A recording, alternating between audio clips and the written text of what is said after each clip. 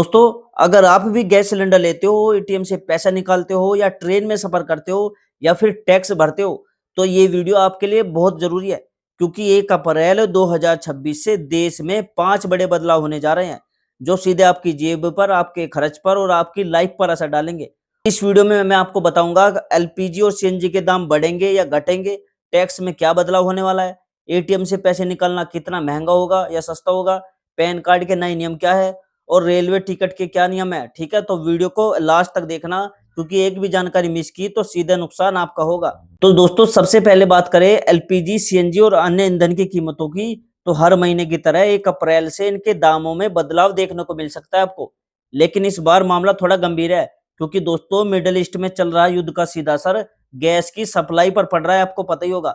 भारत अपनी जरूरत का जो बड़ा हिस्सा है एलपीजी का, वो प्राकृतिक गैस जो है वे विदेशों से मंगाता है और इसका एक बड़ा हिस्सा खाड़ी देशों से आता है। ऐसे में जब उस क्षेत्र में तनाव या युद्ध जैसी स्थिति होती है, तो सप्लाई चेन पर प्रभावित होती है सीधे, जिससे गैस की उपलब्धता कम हो जाती है और कीमतों में तेजी आ सकती है। इसी वजह से दोस्तों, इस बार एलपीजी, सीएनजी और पीएनजी के दाम बढ़ने की संभावना ज्यादा जताई जा रही है।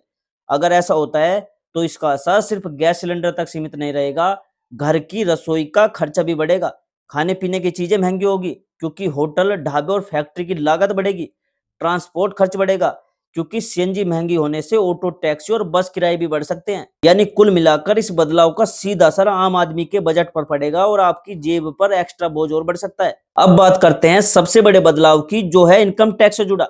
1 अप्रैल 2026 से नया इनकम टैक्स एक्ट लागू होने जा रहा है, जो पुराने 1961 के कानून की जगह लेगा।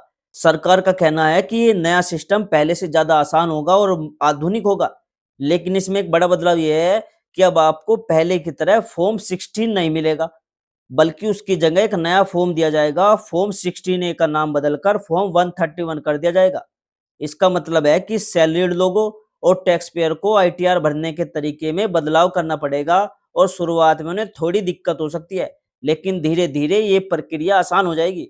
इसके बाद बैंकिंग सेक्टर में भी बड़े बदलाव देखने को मिल सकते हैं।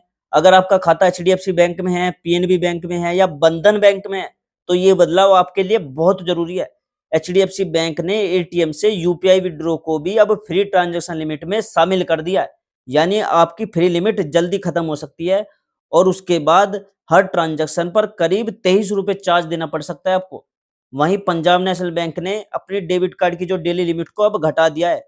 जो पहले 1 लाख रुपए तक आप निकाल सकते थे, अब उसे 50,000 से 75,000 रुपए कर दिया गया है। यानी पहले आप 1 लाख रुपए निकाल सकते थे एटीएम के थ्रू, अब सिर्फ आप 50,000 या 75,000 ही निकाल पाओगे। बंधन बैंक ने भी नियम बदलते हुए मेट्रो शहरों में सिर्फ 3 फ्री ट्रांजैक्शन और अन्य जगहों पर 5 फ्री ट्रांजैक्शन की लिमिट तय की है और इसके बाद हर ट्रांजैक्शन पर चार्ज लगेगा। साथ ही अगर अकाउंट में पैसे कम होने के कारण ट्रांजैक्शन फेल होता है, तो भी 25 रुपए की पेनल्टी आपको देनी पड़ेगी। यानी अब एटीएम का इस्तेमाल भी पहले से महंगा पड़ सकता है। अब बात करें पैन कार्ड के नियमों की, तो 1 अप्रैल से इससे जुड़े नियमों के पहले के मुकाबले और सख्त होने जा रहा है। अब तक कई मामलों में सिर्फ आधार कार्ड के जरिए आपका पैन कार्ड बन जाता था या अपडेट हो जाता था, लेकिन नए नियमों के तहत केवाईसी प्रक्रिया को और मजबूत किया जा रहा है।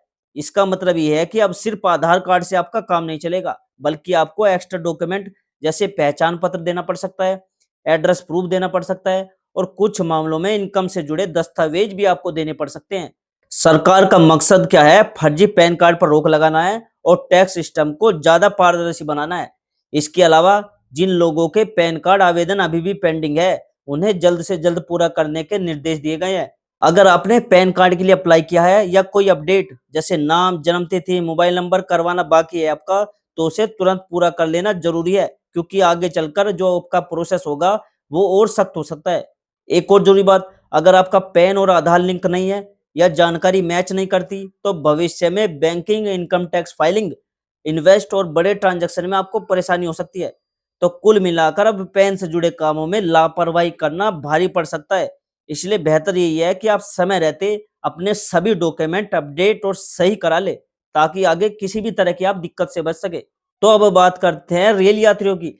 तो 1 अप्रैल से ट्रेन टिकट कैंसिलेशन के नियमों में भी बड़ा बदलाव देखने को मिल सकता है, जिसका सीधा असर आम यात्रियों की जेब पर पड़ेगा। नए नियमों के मुताबिक अब आखिरी समय पर टिकट कैंसिल करने के पहले के मुकाबले आपको काफ़ी महँगा पड़ सकता है। पहले जहाँ ट्रेन छूटने के करीब 4 घंटे पहले तक टिकट कैंसिल करने पर कुछ न कुछ रिफंड मिल जाता था, वहीं अब नियम और सख्त किए जा रहे हैं। नई व्यवस्था के अनुसार अगर आप ट्रेन छूटने से 8 घंटा पहले टिकट कैंसिल करते हो, तो आपको कोई रिफंड नहीं मिलेगा, यानी आपका पूरा पैसा कट सकता है। इसके अलावा अगर आप 8 से 24 घंटे पहले टिकट कैंसिल करते हो, तो आपको सिर्फ 50% तक ही रिफंड मिलेगा, यानी आधा पैसा आपका कट जाएगा।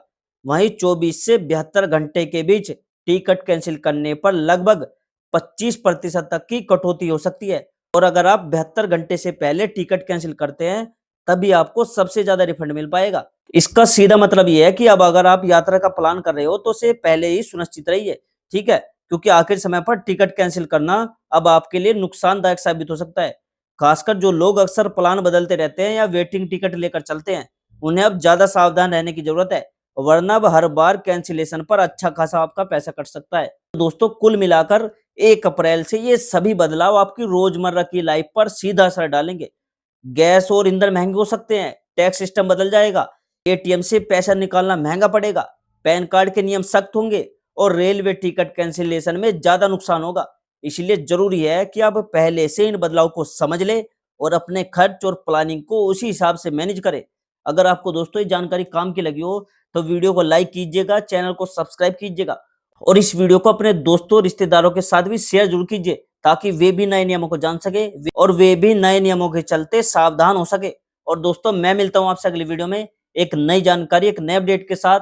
तो दोस्तों, तब तक के लिए जय हिंद, जय भारत।